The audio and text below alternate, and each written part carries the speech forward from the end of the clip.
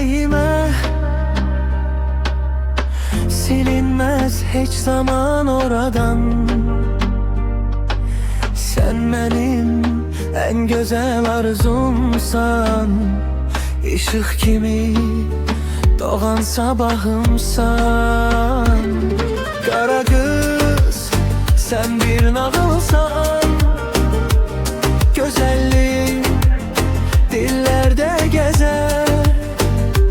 Seni seven bu yürek seninle hoşbext olar.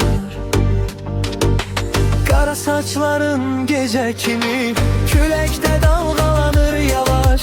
Gözlerin ulduz tek parlayır, bakışın kalbime güneştir. Kara saçların gece kimi ulduz kimi gözlerin var. Bir bakışın yeter mene, yüreğimde sevgin var.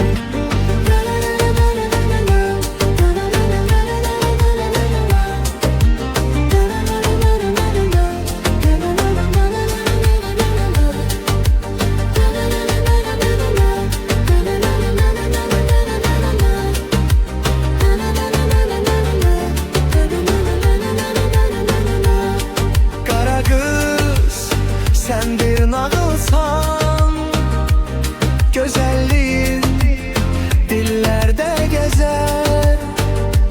Seni seven bu yürek seninle hoşbext olar.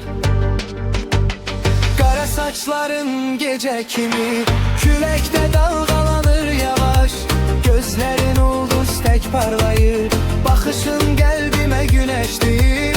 Kara saçların gece kimi ulduz kimi gözlerin var.